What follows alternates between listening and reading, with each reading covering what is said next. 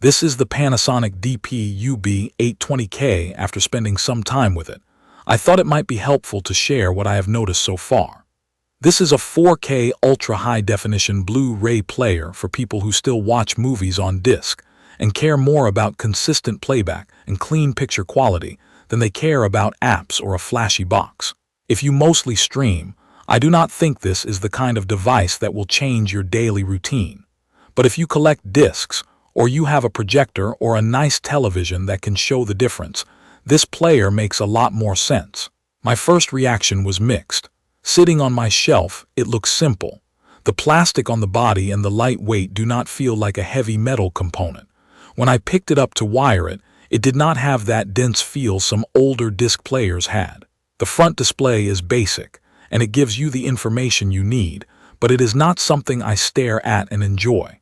I also wish the buttons on the front felt a little more solid. None of that stopped me from using it, but it did shape my expectations before I hit play.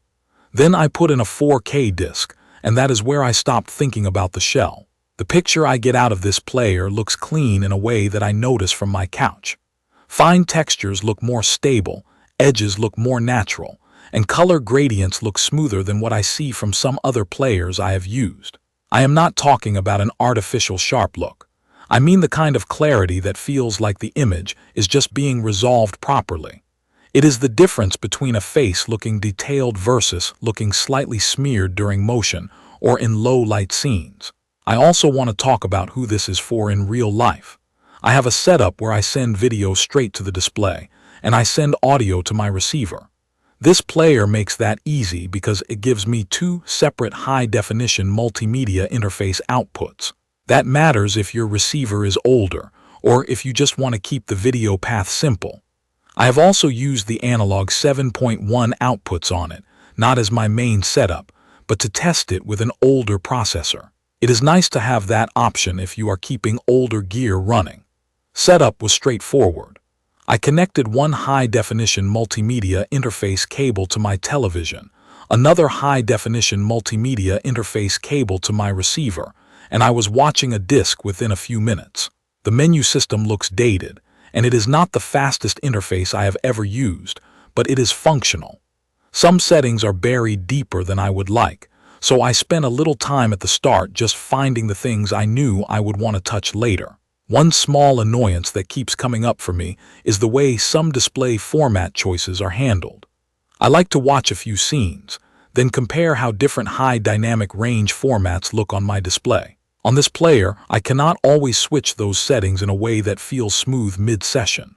Sometimes I end up stopping playback, backing out, changing a setting, and then getting back into the movie. It is not the end of the world, but it breaks the flow when I am trying to do a quick comparison. The remote is fine, but it is not my favorite. It feels chunky in my hand, and it is not backlit. In a dark room, I end up pressing the wrong thing more often than I want. There is also a streaming button that I hit by accident when I am trying to navigate. It is the kind of mistake that only takes a second, but it is also the kind of thing that happens over and over. Day-to-day disc use has been dependable. The drive is quiet in my room, and load times feel reasonable. I turned on the quick start setting because I like the player to wake up fast, and it does help, but I also know that means it uses a little more power in standby. The bigger point is that it has handled every ultra-high-definition disc I have put into it, including triple-layer discs that have given me trouble on other players. I have had fewer moments where a disc hangs, or where I need to open the tray and try again. For me, that matters as much as image quality, because I just want movie night to be smooth. The most useful feature in my own setup is the High Dynamic Range Optimizer. Here is what that means in plain terms. A lot of discs are mastered brighter than what many televisions and especially projectors can really show. Without good tone mapping, highlights can blow out, and shadow detail can turn into a dark gray blob. On my projector, the optimizer helps me keep bright highlights from turning into a flat white patch, while still keeping the midtones and shadows readable. I can choose a target style that matches my display type, and then I fine-tune from there depending on the movie. I do not use it the same way for every screen. On my organic light-emitting diode television, I sometimes leave it off because the television already does a good job. On the projector, I use it a lot more often because it saves scenes that would otherwise look dull or too dark. High dynamic range format support has been simple in practice. When I play discs that use Dolby Vision, it plays in Dolby Vision. When I play discs that use high dynamic range 10+, it plays in that format.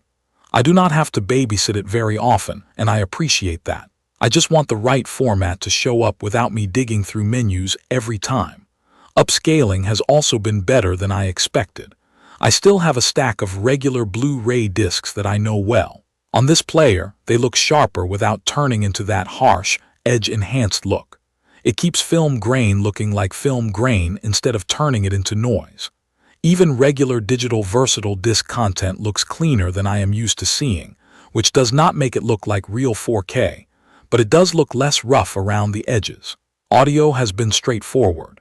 It sends Dolby Atmos and digital theater systems cleanly to my receiver, and it does not give me handshake issues in my setup. If you have a system that relies on analog outputs, the player can handle that too, but in my case, I am mostly using the digital audio path.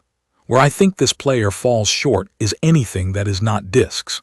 The built-in apps are not something I stuck with. I tried them, and I moved on.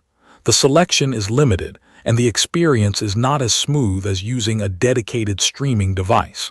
I also tested local file playback because I keep a small library on a drive. It works for some formats, but it is not what I would use if local media is a big part of how you watch. In my testing, some video files that include lossless surround audio do not come through in the full lossless format. I end up getting a reduced version, which is not what I want if I am going through the effort of keeping those files. There are also a couple of small usability things that I wish were better.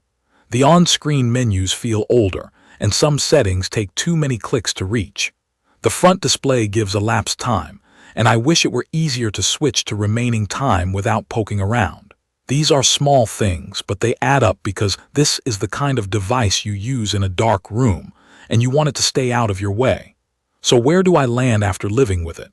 I think the Panasonic DP-UB820-K is at its best when you treat it like a dedicated disc player. It is not trying to be a streaming hub, and it is not trying to be a media server box. When I feed it a good ultra-high-definition Blu-ray disc, it gives me a clean, stable picture with strong high dynamic range handling, and it has been reliable with tough discs. That is the reason I keep using it. If you are the kind of person who wants one device to do discs, streaming, and local files with full audio support across everything, I do not think this is the right fit. I would rather pair it with a separate streaming device and keep this player focused on discs. If you have been frustrated by disc players that freeze on certain ultra-high-definition discs, or you are using a projector and you want more control over tone mapping, this one has been easy to live with, and it has made movie nights smoother in my room. If you have questions about my setup or specific discs I tested, leave a comment and I will do my best to answer. If this video was helpful, subscribe to the channel and let me know what you are using for ultra-high-definition Blu-ray playback right now. Thank you for watching.